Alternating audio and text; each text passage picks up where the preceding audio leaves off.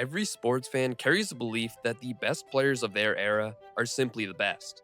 It's a core component of being a fan, an opinion created out of nostalgia, and a truth fiercely defended in every sports bar and online forum. When we talk about hockey talent, we instantly picture images of the Giants, the Gretzkys, the Orrs, the Lemieux, and the Crosbys. They are and were revolutionary forces. But what happens when we remove the rose-tinted glasses of nostalgia and apply a purely objective metric? Have we truly ever seen a more concentrated, more skilled, and more effective group of athletes playing hockey at the highest possible level?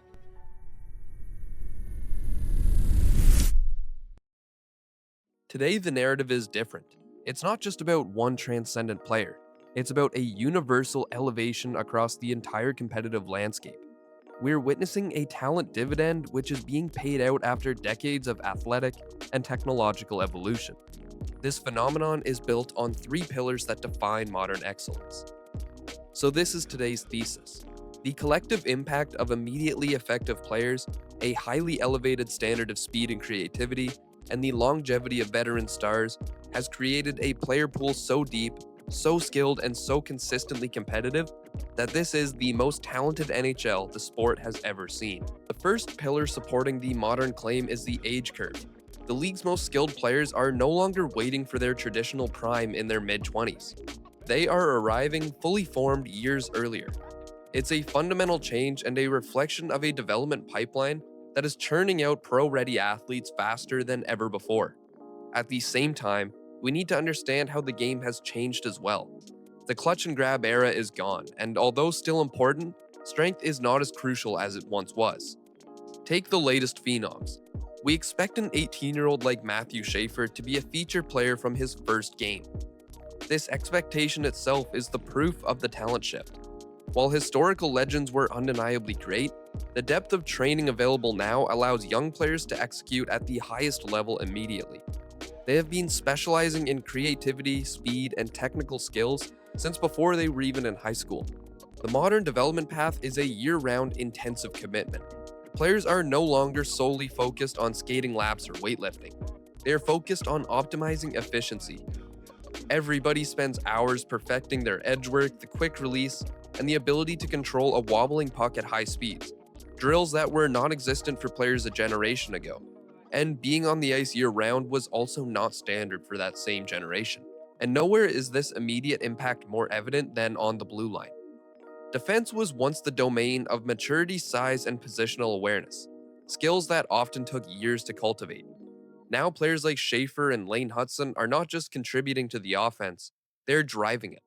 They possess offensive instincts, skating ability, and poise under pressure that used to be the exclusive reserve for top-line forwards. This immediate contribution from defensemen, often in the ages of 20 to 23, significantly boosts the league's overall talent floor, forcing every team to find high-skill, mobile defensemen just to compete. The second pillar is the unprecedented standard of execution. It's no longer enough to be fast. You must be fast while executing a world-class skill. The speed of the modern game demands a level of physical and cognitive ability that few in previous eras achieved consistently. The ceiling of individual skill has been dramatically raised. Furthermore, it's the complexity of modern defense systems that has forced this creativity. Goalies are technically superior, covering more of the net and reading plays better than ever. To score, players must find solutions that would have been unheard of even just a decade ago. Take the Michigan, for example. It's probably the most obvious example. It was a rarity a few years ago, and now it's a legitimate threat that goaltenders and defenders need to be aware of. The sheer number of elite shooters who can change the angle of a shot in the final millisecond, or the volume of players who can skate like the 90s prodigies, shows that the average level of technical expertise has skyrocketed. The ceiling of what is possible has been elevated, demanding elite-level creativity just to secure a goal. The bar for being great is simply higher. The final crucial pillar is the depth provided by longevity. The modern talent pool isn't just seeing players enter sooner, it's seeing them stay elite longer. It's this sustained high-level play from veterans that has dramatically increased the total number of high-performing players in the league at any given time, once again making the talent pool wider and deeper than ever. The modern athletes treat their bodies as an investment. In most cases, they utilize customized nutrition, advanced sleep tracking, hyperbaric chambers, and rigorous personalized training and conditioning programs that were science fiction decades ago. They can now actively manage the breakdown of their bodies. And it's this medical and technological advantage that is the reason players like Alex Ovechkin can sustain the explosive, high impact force required for his slap shot in his late 30s. It's also why Sidney Crosby, despite decades of intense competition and injuries, can maintain the conditioning and production that defies historical expectation. They're not just surviving in their late 30s, these guys are still performing at an extremely high level. So when you synthesize the three pillars, the immediate high skill youth of players like Bedard and Celebrini and Leo Carlsson, who are currently in a three-way tie for third in league scoring, with the unprecedented speed and creativity of players like McDavid and McKinnon, as well as the sustained excellence of veterans like Crosby and Ovechkin, the conclusion is clear. It's not an era of great individual players. It's now a league-wide explosion of talent where the floor, ceiling, and average speed of the game have all been drastically elevated. The talent is simply more densely packed, more technically proficient, and more consistently applied than in any other era beforehand. And this leads to the most exciting question. What is the true legacy of this era? With the integration of modern science and highly specialization of training, today's players are fundamentally redefining the expectation level in hockey. Now, this is not mutually exclusive to this era, however, it is quite possibly the most highly accelerated change in expectations for new players.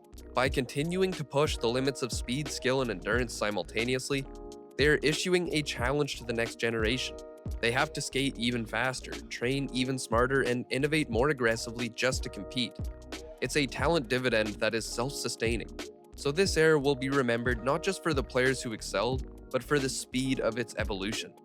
The greatest era of talent is defined by the depth and pace of its progression, and on that measure, today's NHL stands absolutely alone. The only remaining question is, where does it go from here?